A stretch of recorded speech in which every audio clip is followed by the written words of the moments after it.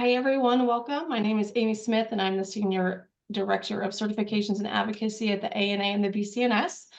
And we are here today to have open office hours, which is an unstructured opportunity for you to come in as a CNS candidate and ask me all the questions that you have about the exam and about SPE and anything else that comes up. I am battling a little bit of a sore throat, so I'm going to do my best to get through all of this, but I apologize if my sound's a little off today. I'm going to start with a couple of exam questions that we got from some candidates who couldn't attend today. And then we'll kind of move into if anyone here has exam questions. So you can either raise your hand or put them in the chat. And then we will move into SPE questions. I think if we kind of do them in two sections, that way we're not going back and forth and getting confusing. So a couple of the questions that I got from candidates about the exam. The first one is a pretty common question. They said, I heard if you go to the bathroom during the exam that you cannot go back to the questions that you've already went through. And this is correct. So when you're taking your exam, you'll be at a computer station. You are able to take a break during your exam, but if you take a break, you cannot go back to any of the questions that you have already finished. So it is very important for you when you do decide to take your break that you feel confident in all of the answers that you've already submitted or you've already put in, okay? So everyone tests differently. So I've seen candidates do the first 100 questions, go back and make sure they feel comfortable with them and then take a break. I've seen people do it in, smaller groups, and I've seen people power straight through and not take a break just to get it done. That's absolutely up to you. But if you do take a break, you can't go back to any of the questions that you've already seen. And that's just to ensure that no one's, going to the restroom and cheating. And if you are in a test center, you don't have access to your phone anyway, but that is the rule there. The next question I had is what units first question, are we expected to know lab markers? And if so, what units are they in? So you are not expected to remember lab markers off the top of your head for the exam. The things that you are going to want to know are the markers that would indicate a certain disorder. So for example, what blood pressure reading indicates high blood pressure, or what A1C reading would indicate somebody having diabetes. So those things that are really important to know for those kind of specific, more well-known conditions, you will want to know, but knowing lab markers for something like a vitamin D or anything like that, they're not going to ask you, for exact they're not going to ask you for exact readings. And usually in the exam, if it has a question that has to do with a lab marker, they'll indicate that they had a high marker of blah, blah, blah. Okay, so you're not expected to go in and know those. As far as the units that the lab markers are in, they are milligrams per deciliter, which is pretty common. I know the person who asked that question is not in the US, so that will be the units that they are in. And then the last question I had from the other candidates that couldn't attend, do the questions on the exam align directly to the domains on the content outline? Yes. So if you do not know, there is a new content outline for this year in the next 5 years. It was just updated at the end of 2023, and I'll have Brittany put it in the chat so everyone has a link to it. So that content outline does take effect on this exam.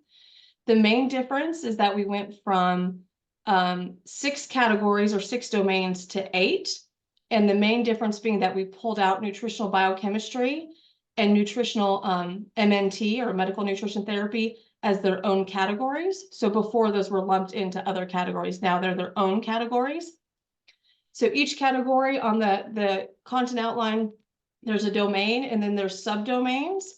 Every question that's written by the CNS Exam Development Council, they have to categorize that to one of those subdomains. So the questions will fit into those domains and they'll fit into those subdomains. So when they're writing the question, they have to ensure it fits into one of those categories. All right, so that was the only ones I had that were pre-sent out. And I see we have one SPE question, but I'm gonna hold off on that one. Is there anyone else who has any exam related questions? And you can raise your hand or you can put them in the chat, either one. If you raise your hand and feel comfortable talking, that's great.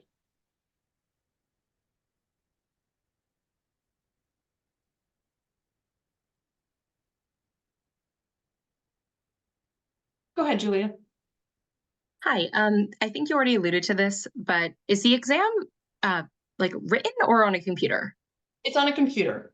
Okay, Yes, great. and a lot of times we get the question, oh, and Haley just put in there, can you bring a piece of paper to pen? So you don't need to bring anything to the exam.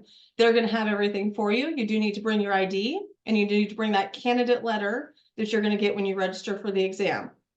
You do need to make sure that your name on the candidate letter exactly matches the name on your ID, or they're not gonna let you take the exam. If you've already registered and those don't match, please let me know so we can get it fixed. When you show up for your exam, you're gonna bring your letter and your ID. You're gonna leave everything else in your car. Some test centers will let you put a water bottle in a locker, but you cannot bring snacks or water into the exam room. I know that's unfortunate and that's not our rule, that's theirs. But you can't bring anything in there with you. They're gonna give you a blank piece of scratch paper and a pen. And then there is a calculator built into the computer that you can use if you need to on any of the questions. And so that scratch paper, you can write whatever you want on it. That's yours. As soon as the exam begins, you can write, you can use it to take notes, you can use it to sketch things out, whatever you need to use it for. And then they destroy it after the exam.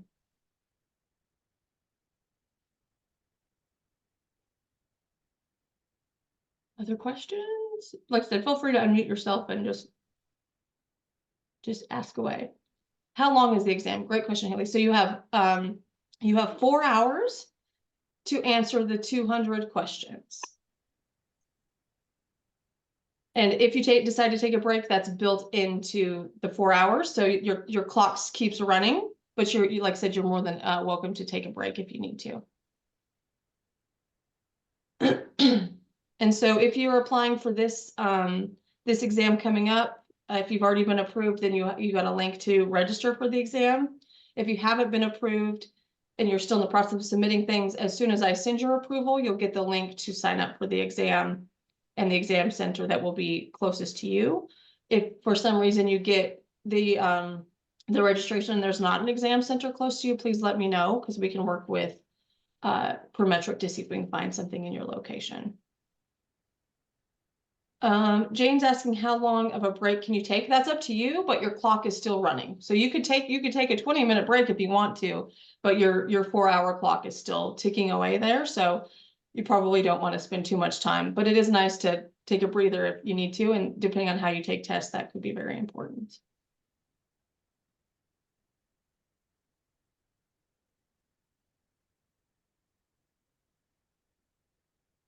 Other exam questions? Exam application questions?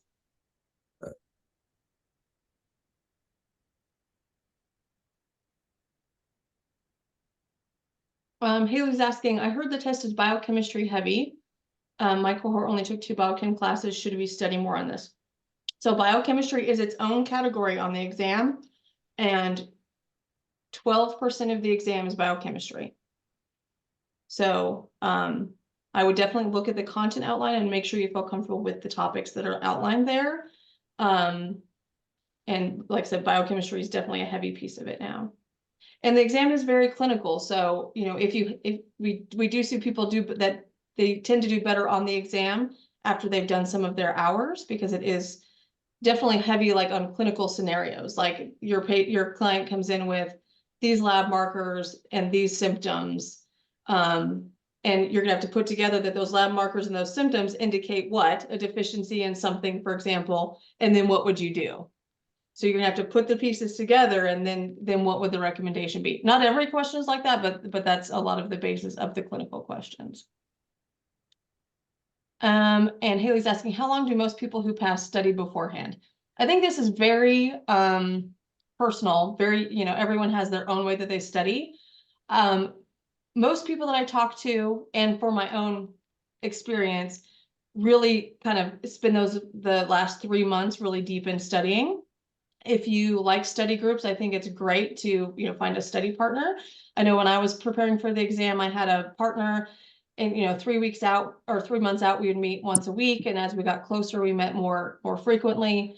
You know, having somebody as an accountability partner is really important for some people if you do well with that. So you know, if you graduated with, you know, and you're close with the people that you graduated with, or if not, and you're just looking for study partners, you know, the candidate Facebook group is a great place to meet people who are studying. So, you know, I would find others that are kind of in the same boat, but usually 3 months out is when people really, that I've seen really start to buckle down. I do know that Rebecca Snow's Nutrition and Herbal Collective have started their study prep course. I don't know if it's too late to get in, but I think they started the last few weeks.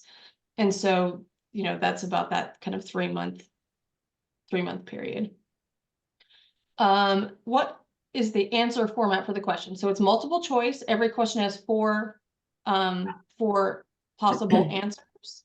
And it's, you know, the CNS exam is one of the things that is part of my job that I found so interesting after I became a CNS, because I had no idea how the exam was created.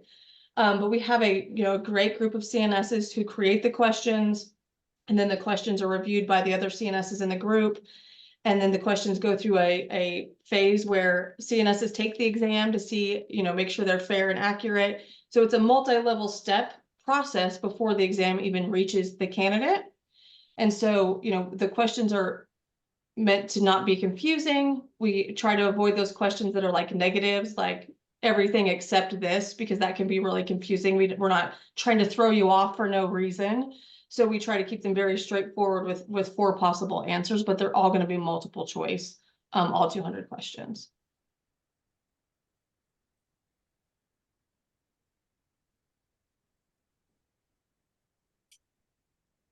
Any other exam questions? Here we go.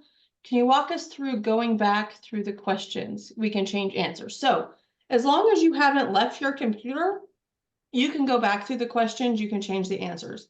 So I know some people will just skip questions completely if they don't know the answer. And I know some people will choose what they think is the best answer at that point, and then maybe jot down the numbers so they can go back to it. Whatever your process is totally fine. You can continue to go back to those questions as many times as you want, or as long as you want, until you take a break. If you choose not to take a break, you can, you know, go through them however you want to. But if you decide to take a break, you can't go back through the ones that you've seen. But up until that point, you can go through them however you would like to. Is it easy to go back, or is it a time wasting? See, I skip. Okay, so I think that depends on the type of test taker you are, Haley. So if some people, like I said, if they don't know the answer, they just want to skip it. And then some people will just pick what they think is the best answer in the moment and not go back to it. Do think about the point that a lot of times when we make our first decision, it's usually better than going back and second guessing ourselves and changing the answer and then getting it wrong. So some people just, you know, in the moment pick the best answer and move along. That's absolutely up to you and your test, you know, how you take a test.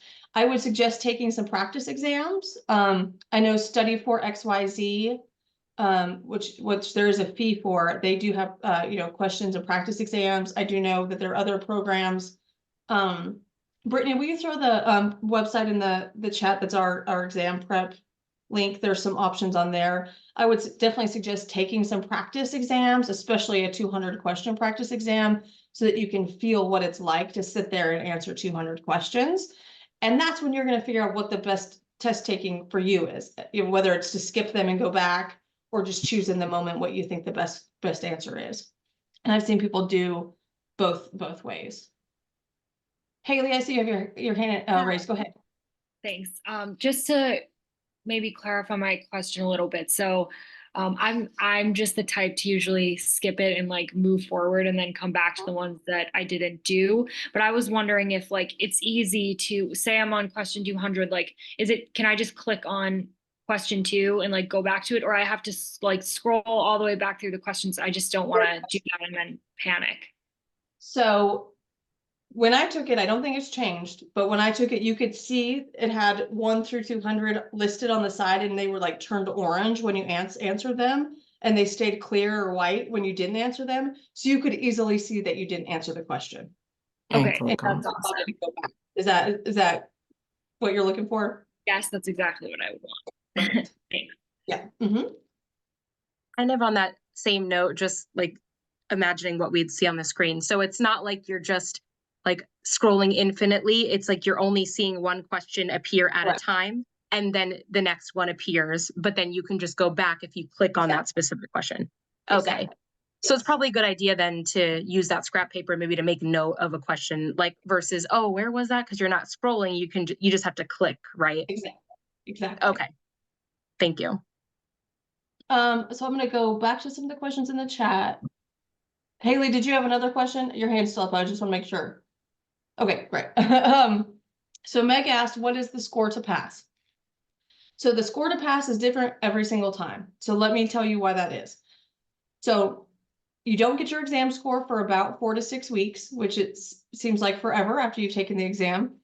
But the reason is because we don't pre-score the exam. So there's new questions on every exam that's written by our exam development council. After the exam, we go through and look at any problem questions. So let's say all of you took the exam and you all got one question wrong. And we're like, well, why is that? What happened there? We go back and look at the question. Was there something worded wrong? Or was the answer not correct? So we go back and look at things that come up weird after everyone's done to ensure that there was no mistakes there. And that's called a psychometric process. And then we have an actual psychometrician who goes through the exam. So if everyone who did really well on the exam got one question, one interesting question wrong, we kind of question that. And so we go through that and look at all of that before the score is determined. And at that point, questions can either be dropped, or if something comes up where it's like, oh, maybe 2 answers were correct, we can give credit for both answers. So it's actually to your benefit that we do that process, because it's not just cut and dry. So that gives a lot of leeway for us to look and see how people are doing on the exam. So for the last 2 exams, the cut score was 113. I can't make any promise that that's what it will be this time, but just to give you a sense of what that is. So that's as far as a passing score, I'm really horrible at math, so let me do it here. That would be a 56.5% to pass.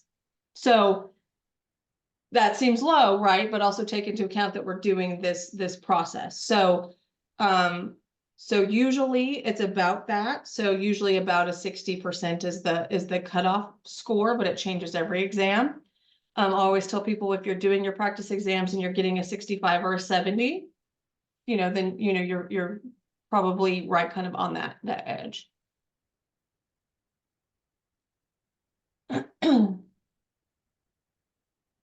Okay, Jenna, I'm going to answer your question in just a minute, and I'll make sure you get the recording. How is the exam scored? So Stephanie, I hope I answered your question there with the scoring and the sliding scale. If not, please let me know. And I got one more SPE question there. All right. Any other exam questions before we move on to SPE questions? I've got one more about scoring. I heard, and this might be outdated information, that there used to be, or maybe there wasn't, some process where while you're taking the exam, you could like challenge a question. Is that still a thing, or is that? Yeah. So if you're in that exam, there's a little place that says like add comment, and you're more than welcome to put in there a comment about the question. If you're like, this question makes no sense, or this question has 2 right answers, put that in there, because we look at every single one of those comments, and that's how the score is determined. So please don't hesitate. But I do tell candidates, to make sure you're looking at your time, because I don't want you to spend all your time thinking about what can I object to in the test and not focus that. But if you come along a question that is definitely not making sense, put it in there, okay? Because we look at every single one of those responses. When is the deadline to register? It is the 14th of this month. If for some reason you need an extension, please just reach out to the team, and we can definitely accommodate that. We give plenty of room. There's a reason why we do it 60 days ahead of time. So there's still plenty of time to make sure everybody gets their stuff in.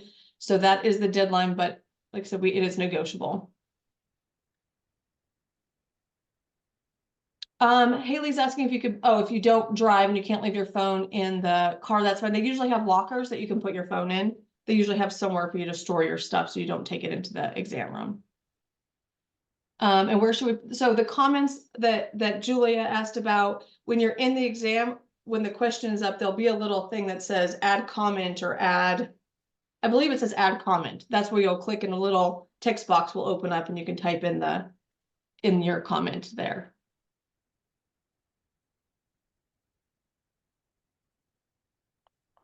All right, any other exam questions before I move on?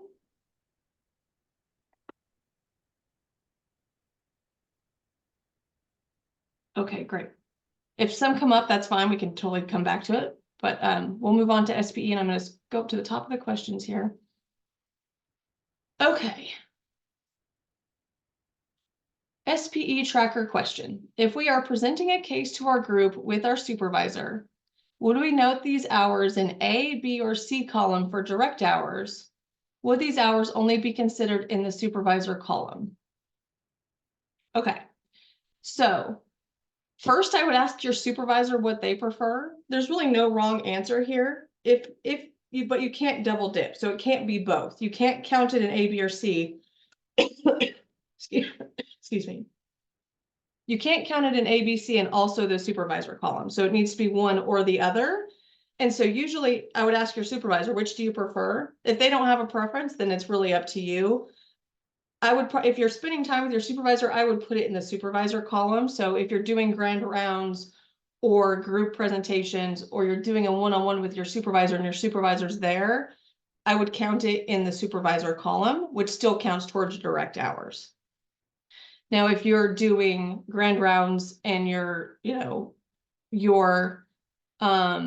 specifically talking about assessment that day, could you put it in column A? Yes, probably, but it gets to be a little confusing. So I would definitely ask your supervisor their preference, but if it was me, I would stick it in the supervisor column just to avoid any confusion. And just remember, you can't do both.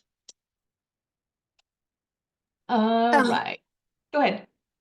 Sorry, I was just gonna clarify the last piece. You said you put it in the supervisor column, but also direct hours?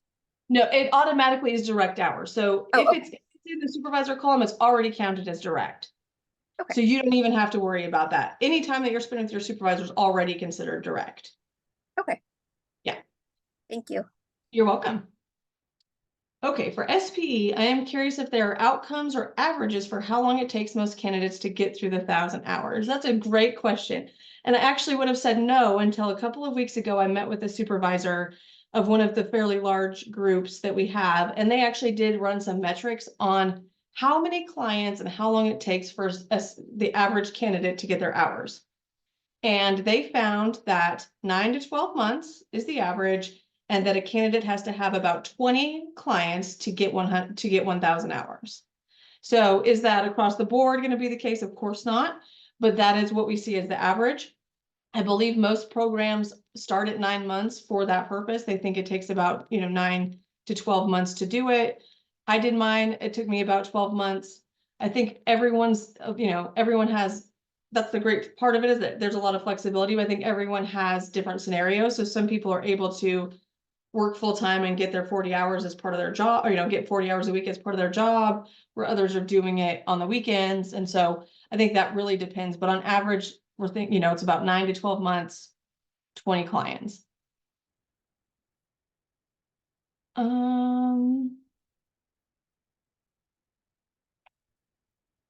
Okay. Okay, so Jen is asking, I work in a community health center setting in pediatric and family wellness, but it's not clinical nutrition. How would you recommend finding SPE hours in a clinical setting? So, Jenna, I don't know if are you still on? No, okay. So in the situation where you're trying to find, I'm just going to kind of make Jenna's question generic and then I'll reach out to her specifically. So how do you find clients? I mean, that's one of the big questions, right? So I did a webinar with some supervisors a few weeks ago, and they talked about how is the best way to find clients.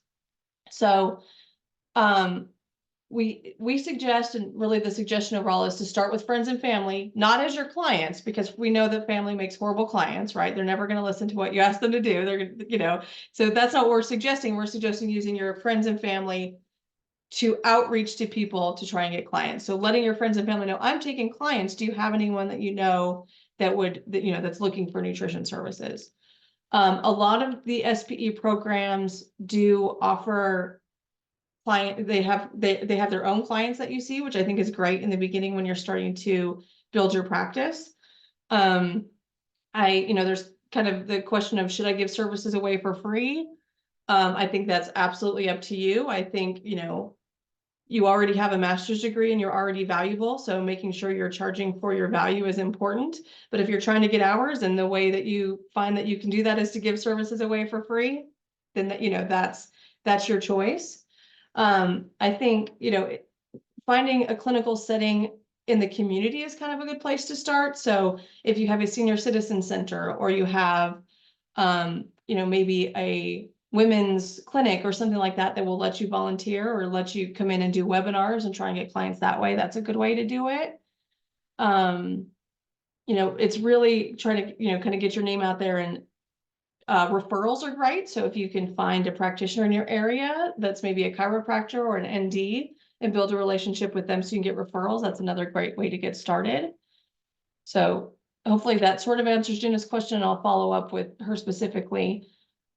She also asked, do my hours have to be clinical, and I should observe and work with a clinician here at the clinic? So your hours do need to be clinical.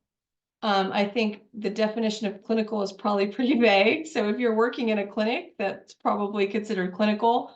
Hours can be done with groups. So if you want to go, like I said, at Senior Citizen Center and do a 1-hour presentation about high blood pressure, like that's definitely still considered a clinical work. To get your hours, you cannot be doing like, public facing, like social media presentations, for example, don't count for hours, but it's something in a group setting would still count for hours. So something like a senior citizen center or a community health center, if you're doing a group program there, that would definitely still count for hours. Now, just doing a Facebook Live about high blood pressure that just is open to the public, that's of course not counted for hours, because those people are not considered your clients. And then the second part of the question was asking about, do hours in health coaching and motivational interviewing count for hours? Yes, and that's at the discretion of your supervisor, but all of your hours cannot be health coaching and motivational interviewing, right? Like we need you to be doing MNT, and we need there to be clinical hours there. So I would definitely check in with your supervisor to make sure that you're kind of doing both. So a lot of times we're doing a lot of more clinical work in that category A, where we're doing our assessment and we're looking at labs, and we're really focusing on health history. And then category B, we're focusing on education. We're making handouts and we're creating different resources for our clients. And then category C is those follow-ups. That's where a lot of that motivational interviewing and coaching is going to come in, is helping them with the behavior change. So it absolutely counts for hours. But can you do all of your hours on, health coaching? Of course not, because that wouldn't be the nutrition care process. Okay. How long after submitting the required supervision documents and completing hours do you obtain your CNS credential? Is it an email with your number? Oh, the process. Okay, so once you submit your paperwork, so hopefully everyone now is starting to become familiar with the new portal. If you haven't already, that's where you'll turn in your CNS exam application. There is a place in the candidate portal to submit your SPE tracker. At your SPE report. So you'll submit that to us when you're done, and your supervisors will send us supervisor reports. Once we have all of those documents and you've passed your exam, it usually takes about 2 weeks. And you will get an email from me with your certificate, and then you'll also have access to your CNS portal at that point, which will also house your certificate and other resources that you get as a CNS. So the process is fairly simple. It's pretty quick as soon as you get your stuff turned in. And then, like I said, you'll get a number and a certificate from me through email.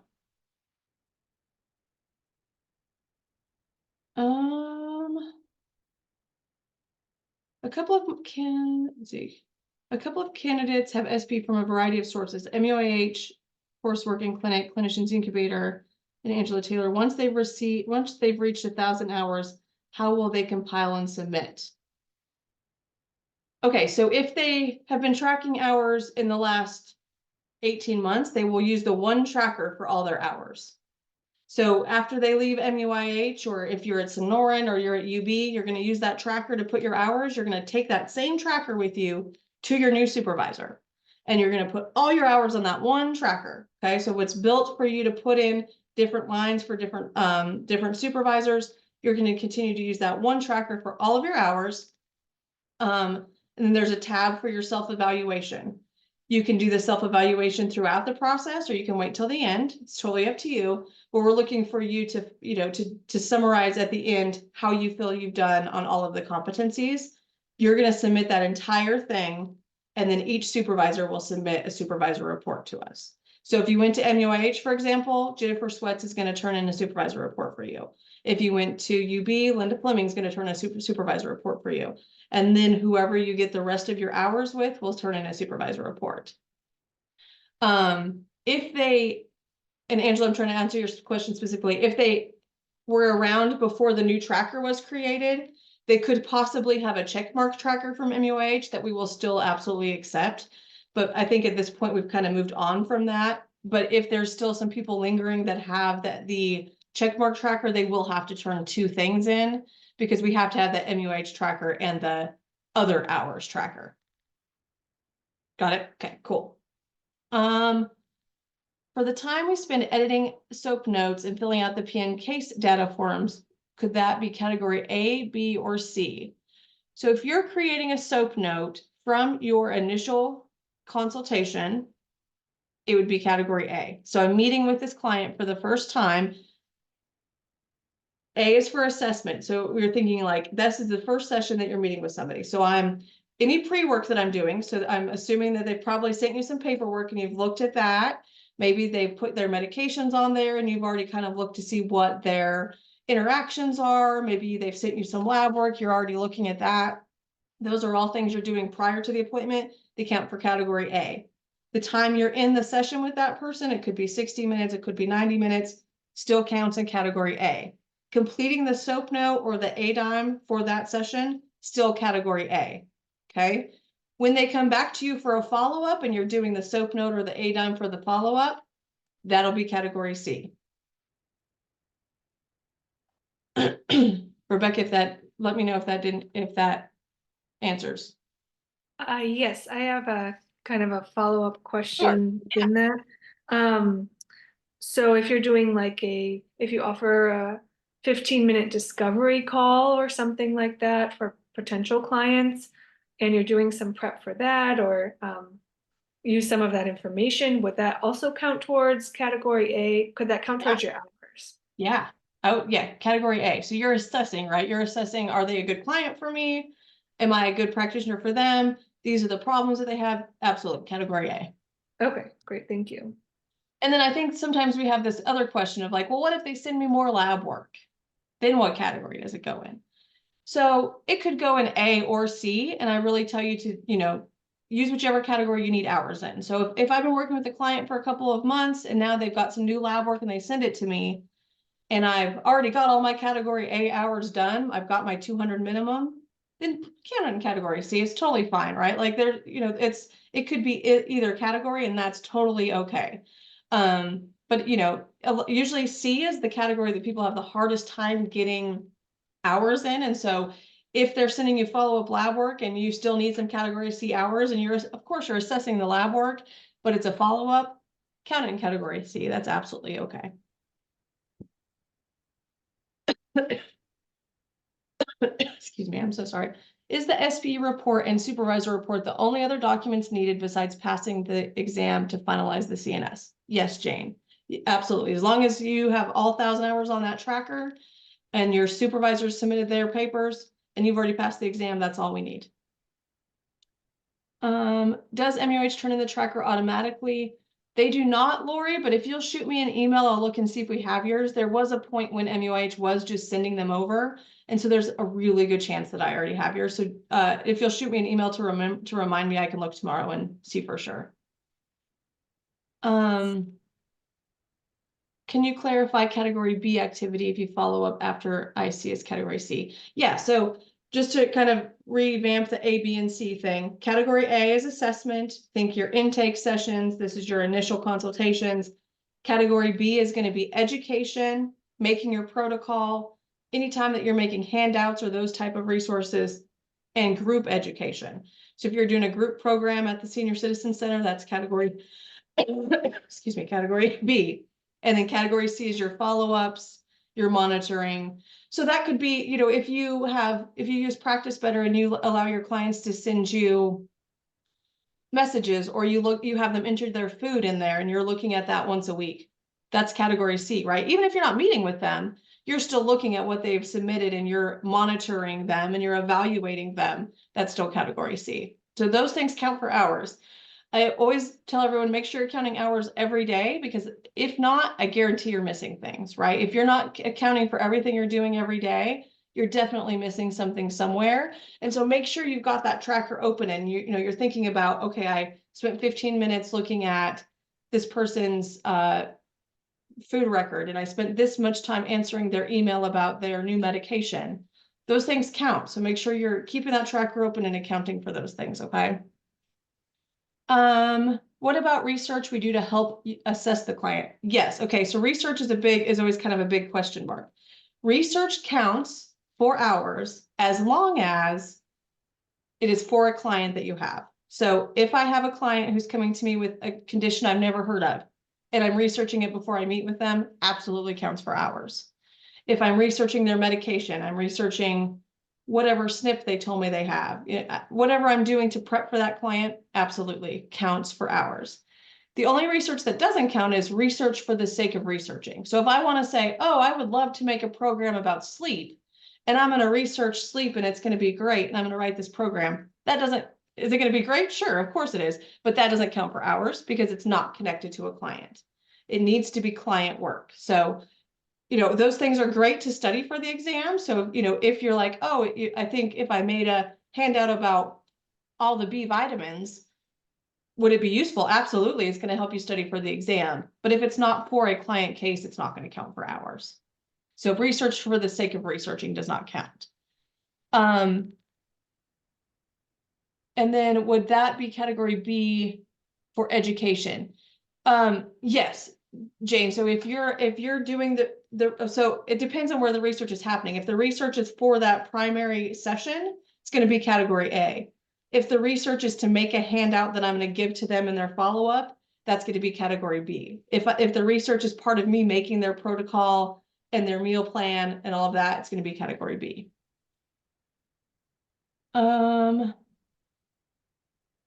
Okay, Haley has a test question. I see there is functional testing, organic acid, saliva, etc. What if we have not seen one of those with our clients before? We talked about these in school, but did not really look at specifics and definitely did not memorize any outcomes, how to evaluate. Should we find fake ones to look at? So there is not going to be questions about there's not going to be direct functional testing questions. We do not expect you to know how to read an organic acids report to take the exam. So if there's going to be something about lab markers, it's going to be things like vitamin D. It's going to be A1C. There might be, it might allude to something with organic acids, but it's going to give you the information you need to answer the question. You're not expected to be an expert on functional testing to take the exam.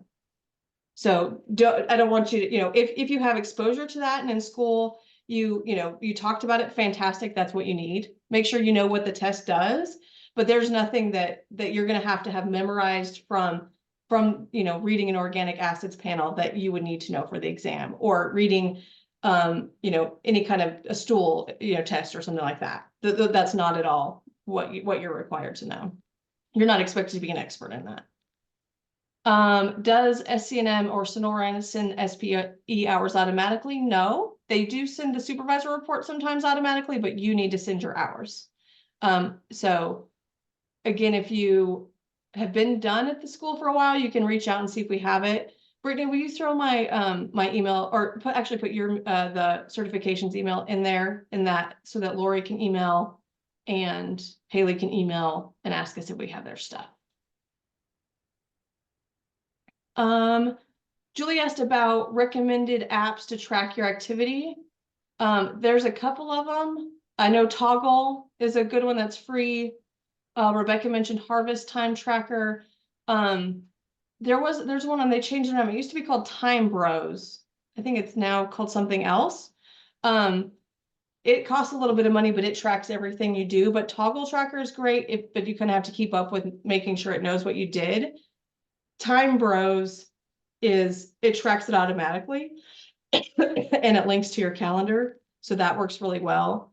But if anybody else has any others that you would recommend, if you'd throw them in the chat. Toggle I know is free, so it is a pretty basic one. It's a good one to get started with. Oh,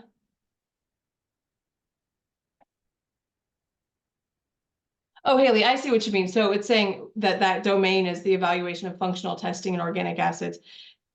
It's asking you about what we're testing there. It's not going to ask you specifics about those tests.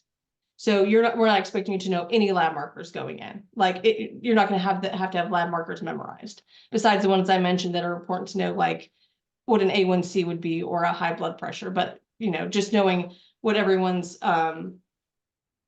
everyone's vitamin D is, those things are not, they're going to give you an indication that it's high or low on there.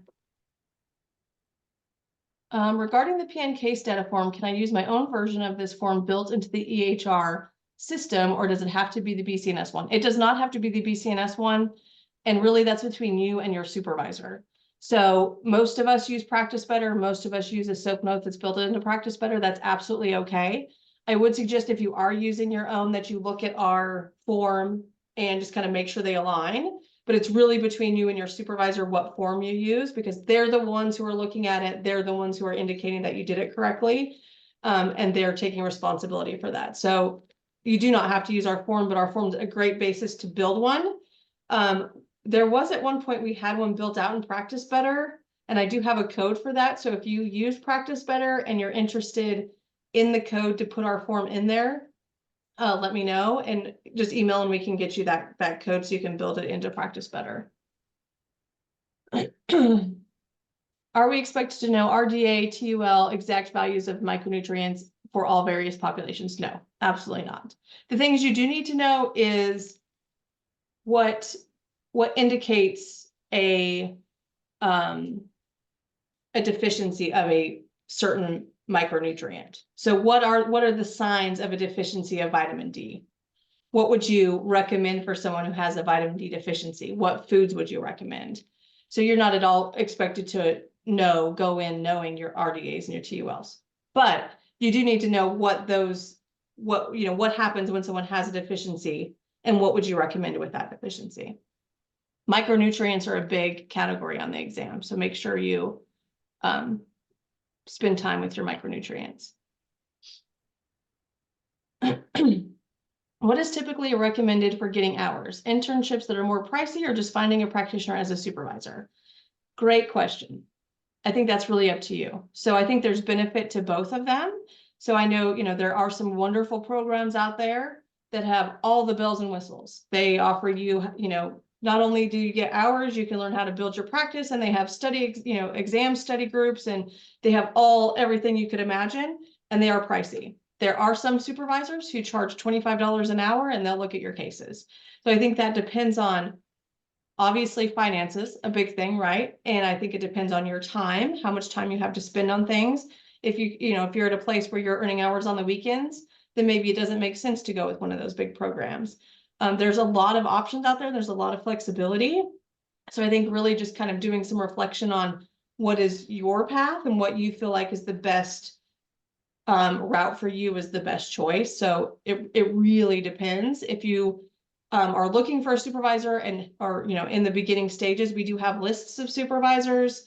So please reach out if you need that, because we can provide that. But I think it really just depends on what you're looking for. The list is a little overwhelming if you're just looking for someone to supervise you like at an hourly rate. So if that is your scenario, let us know. We can kind of point you to some directions rather than just sending the whole list.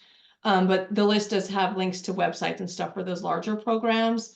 But again, it's really just depends on your path. Should we be expected to have to pay for hours / supervisor reviews for our cases no matter what? Unfortunately, yes. I wish that I had a scenario where we didn't have to, you know, where we could do internships, but we're just not at that place right now. So yes, you know, all supervisors that I know of charge. I have heard of situations where supervisors did supervise in, you know, exchange for kind of barter work where people, you know, the candidate would do their social media or, you know, kind of help them with their practice. And so I think there is a place where you can work that out with a supervisor. There are also scenarios where people can earn hours at work, you know, if they already work in a clinic and maybe their manager fits the role of the supervisor and meets the requirements and they're willing to sign off on their cases that they're already getting. So there is scenarios where you can earn hours through your job. Then of course that wouldn't cost you anything. So I think it just depends on your situation. And if you're trying to navigate that, let us know. We can see if we can offer any assistance. Okay, Mary, go ahead. Your hand's up and then I'll go back to the written questions there. Thanks, Amy, for doing this. And my question is regarding the recording of hours. Let's say that I'm doing a real deep, somebody has, say, you know, the vitamin D deficiency, and I'm doing a deep dive on that, and I'm just spending hours upon hours. Like, is there some like guideline for, okay, that's a ridiculous amount of hours. You can't count all of the hours you actually spent? No. If you're spending 5 hours looking at their vitamin D in order to solve the case, that's okay. We're not going to say, oh, you can't count that. But really, it's up to your supervisor, right? So if your supervisor's like, well, that was a little crazy. You spent 12 hours researching vitamin D. We're only going to count 7. That's really at their discretion, not at ours, but we have no cap on that. If it, you know, if it takes you time to, you know, especially in the beginning, when you're first getting your hours, I remember, you know, filling out my first SOAP note and having my first client and thinking, oh my God, I just spent 7 hours on this case. That's totally expected, right? And then as you get closer to the end of your hours, you're going to notice that you're doing those things much more quickly. So, you know, we're taking that into account, but no, we're not going to say, oh my gosh, that was a ridiculous amount of hours. Your supervisor might, so make sure you talk it through with them. Thank you. I appreciate it. Sure. Mahela, I hope I pronounced that right. Yes, thank you, Amy, so much. In my case, I passed my exam and I have a little bit over 300 hours to finish my over $1,000 because I want to make a little bit over. So what I've noticed is that I try to find a supervisor these days to work with for this year and to successfully finish this project. Mhm. And I see that some supervisors in some states, they cannot work with New York State that I'm in. And how can we find in that list, or is it possible to somehow put states that the supervisor don't work with, or I don't know how, because Yeah. I send emails and I see that some people, they don't respond and some respond and they say, I'm sorry, I don't work in New York with New York candidates. Yeah, great question. So that I've been working on fixing. So the last week or so, I've been collecting from the supervisors the information on what states they're licensed in. So shoot us an email and we'll get you the new list that has it mapped out. Now, New York doesn't require a CNS to be licensed. So really any supervisor can supervise you in New York. It's just a matter of if they're willing to. Oh, So thank you. restricted. Yeah, you're not restricted on who can supervise you in New York. That's great because a doctor just wrote me today that she cannot supervise me because she cannot work with New York State. So I'm like, I'm so happy that Doctor, or is it a CNS? She's a chiropractor and CNS. Okay, so as a chiropractor, she might not be able to because they have their own laws, but as a CNS, she can absolutely work with people in New York. Oh, that's great news. Thank you so much, Amy. You're welcome. Yeah, so the state thing always becomes a little bit of a issue, and I'm going to answer Angela's question because that's what it asked as well. Any CNS candidates will be working under my license in licensed states. Example, Maryland or Florida. In the old days, a candidate would present chart notes, recommendations as Word docs, and the supervisor could electronically sign the Word doc. How does that work now with Practice Better? So if you're in a state that requires a signature, the only state I know of right now that does is North Carolina. You can figure out how you want to do that best. So one recommendation would be that the candidate present to you their SOAP note in a HIPAA compliant format and you sign off on it. I think at this point, a lot of supervisors are just making sure that, well, they need to do this anyway, but you need the clients that are working with the candidate need to know they're under supervision and sign permission for you to also see their notes. And then, doing a signature in practice better. The only state I know of right now that even requires a sign off is North Carolina. So there, you could do it in a print format where you have a PDF that you're printing from practice better and adding your signature at the bottom would be the easiest way to account for that, I think, Angela. Or they could, you could be in the same practice better system, but that's usually not a good fix because it's going to cost more to have somebody added to practice better. So I would say if the state you're in is requiring a signature, I would have the student print the SOAP note in a PDF format from practice better, and then you signing the PDF at the bottom. All right, so just to clarify, you're telling me that in Maryland and in Florida, when I'm supervising candidates, I don't need to sign their notes. They can just have their own practice better accounts and just see their client and just send the notes after the appointment. Correct. Do I need to look over their recommendations before they hit send, or can they go ahead and send them and then review them with me later? That's at your discretion. So in the beginning, for sure, right? Like if you have a new candidate who has only, this is their first case, I would be like, I need to see your recommendation before you're sending that. If you have somebody who's at 950 hours and you've seen their work and you feel comfortable with their case, maybe it's, it's something more basic. That's really at your discretion. So I know some candidates who are like, oh, if it's like hypertension or something like that, you go ahead. But if it's something like disordered eating or something more in depth, let's make sure we, look at it before you hit send. That's totally up to you. As long as you're seeing their cases, everything is at your discretion. To whatever you're comfortable with. Great, thanks for clearing all that up. And just to clarify, I don't currently see anyone in North Carolina. I'm not licensed in North Carolina, but if I did want to supervise any candidates in North Carolina, I would need to get licensed in North Carolina and then actually sign. Okay, thank you. Yep. All right. If you're trying to relocate to Ohio, which now does license reciprocity, do I need to get my hours under someone licensed in Ohio? Yes. And we do have several supervisors that are licensed in Ohio now. So let me know if you need that list.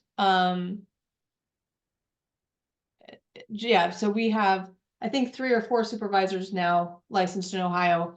But yes, if you're in Ohio, if you're in any state that requires a license, you will need a supervisor that is licensed in that state to work in that state. So if I'm in Maryland, which requires a license, and I'm going to work with clients in Maryland, my supervisor, whether they live in Maryland or not, has to be licensed there. Same thing in Florida.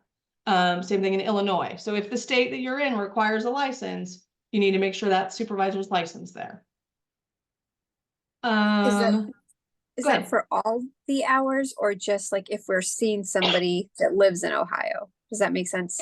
Just when you're seeing somebody in Ohio. If you don't already live there, it doesn't matter. The only state that becomes tricky is North Carolina. If you're in North Carolina or you plan on living in North Carolina and getting licensed there, please reach out to us so we can connect you with our state mentor there, because North Carolina does have different rules about making sure your supervisor's in the state. All other states, as long as you don't live there already, you're fine. Okay, I'm with Sonoran right now, and I know one supervisor is working on an Ohio license, but I'm not seeing anybody in Ohio yet.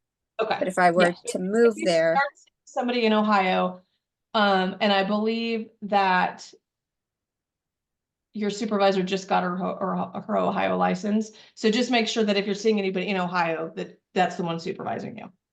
Okay, thank you. Meg's asking about the list for Michigan. Meg, if you'll just email us, Brittany put the email there in the chat. So if you'll email us, we can get you a list. And like I said, the new list has not every supervisor responded, so not every supervisor has their states listed, but I'm working on adding them as we go. So there are some states there listed. Okay, I think I got all the questions in the chat answered. I'm going to stop the recording, and I'm gonna see if anybody else has any questions that they didn't want to ask on the recording.